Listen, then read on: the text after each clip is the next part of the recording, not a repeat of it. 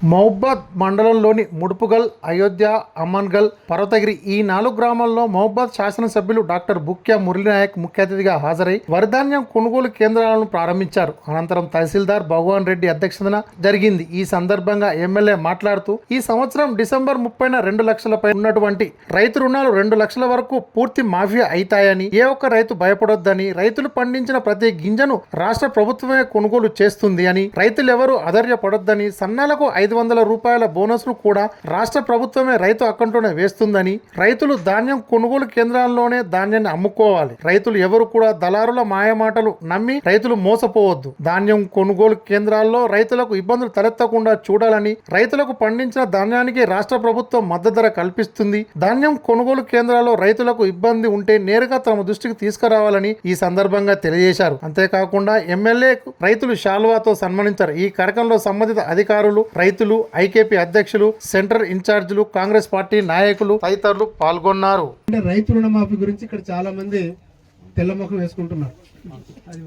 ఇప్పుడు మన ప్రభుత్వం రేవంత్ రెడ్డి గారు ఇచ్చిన మాట ప్రకారం 2 లక్షల రైతు రుణమాఫీ చేస్తామని చెప్పినాం. ఇప్పటి వరకు 18,000 కోట్ల రూపాయలు రైతుల ఖాతాలో జమ చేయడం జరిగింది.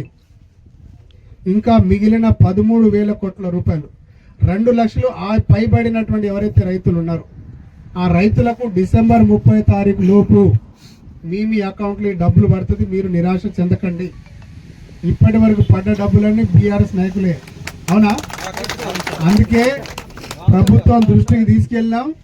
డిసెంబర్ 30 తారీఖు లోపు మీ ఖాతాలో మీరు తీసుకున్నటువంటి రైతు రుణాలు రుణమాఫీ అవుతుంది. తర్వాత వెంటనే మీరు రుణాలు కూడా తీసుకోవచ్చు. ఎటువంటి అపోహలకు తావివ్వకండి. బీఆర్ఎస్ తినదరగక లేనిపోని అసత్య ప్రచారాలు చేస్తూ ఉంది.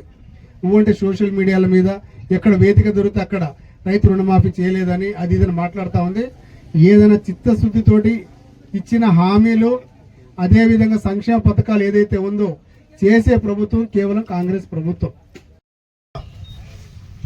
మహబూబాద్ మండలంలోనే మన సొంత గ్రామం పర్వతగిరి గ్రామం. చాలా రోజుల తర్వాత సొంత గడ్డ మీద నిజంగా ఏ చిన్న మంచి శుభకార్యం చేసిన ఆనందమే లేదు. మీరందరూ ఈ ఆనందాన్ని కలిగించినందుకు మన గ్రామ పంచాయతీ పర్వతగిరి గ్రామస్తులందరికీ పేరు పేరు ధన్యవాదాలు తెలియజేసుకుంటూ, అదేవిధంగా ఎటువంటి అవకతవకలు లేకుండా ఇక్కడ మీ సెంటర్ని చాలా విజయవంతంగా నడపండి. ఎటువంటి కంప్లైంట్లు రావద్దు. కంప్లైంట్లు వస్తే మార్కెట్ని సీజ్ చేస్తాం, ఐకేపీ సెంటర్ని సీజ్ చేస్తాం. ఇప్పుడు చెప్తున్నాం, రైతులకు న్యాయం జరిగే విధంగా మనం కష్టపడదాం. రైతులను మోసం చేయకుండా అనేక చర్యలు తీసుకొని ఖాతాలు కరెక్ట్గా పెట్టి, మీకు అకాల వర్షాలు వచ్చినా కూడా టార్పన్లు అరేంజ్ చేసినాం. సో వచ్చిన వడ్లు ఏదైతే ఉందో వెంటనే వడ్ల కుప్పలను వెంటనే ఖాతాలు పెట్టి మార్కెట్కి తరలించడానికి మనకు రవాణా సౌకర్యం ఉన్నటువంటి ట్రాక్టర్లు, లారీలు కూడా పెడుతున్నాం. ఎటువంటి ఇబ్బంది రైతు కలగకుండా మేము చూస్తున్నాం. కాబట్టి మీరు కూడా కోఆపరేట్ చేయండి. అపోహలకు పోకండి. లేనిపోని సోషల్ వాట్సాప్లో ఎవరైతే బీఆర్ఎస్ నాయకులు పెడతారో దాన్ని మనం హైలైట్ చేసుకుంటూ మన పరువు మనం దిగదారుకుంటున్నాం. దయచేసి ఇట్లాంటి వాటి జోలికి పోకుండా ఎవరన్నా అసత్య ప్రచారాలు చేస్తే వెంటనే తిప్పి కొడదాం. మన ప్రభుత్వానికి మంచి పేరు వచ్చే విధంగా మనం అందరం కష్టపడి ఈసారి ఈ కొనుగోలు ఏదైతే మనతోటి స్టార్ట్ అయిందో ఒక మంచి పేరు, ఎటువంటి అవకతవకలు లేకుండా చాలా చక్కగా జరిగిందని రైతులు మెచ్చుకోవాలి. రైతులు ఎందుకు మెచ్చుకోవాలి? రైతులు అందరూ ఏకదాటిగా అందరూ బీఆర్ఎస్ వద్దని కాంగ్రెస్ ఓటేస్తున్నారు. మరి అటువంటి వాళ్ళకి న్యాయం చేద్దామా వద్దా?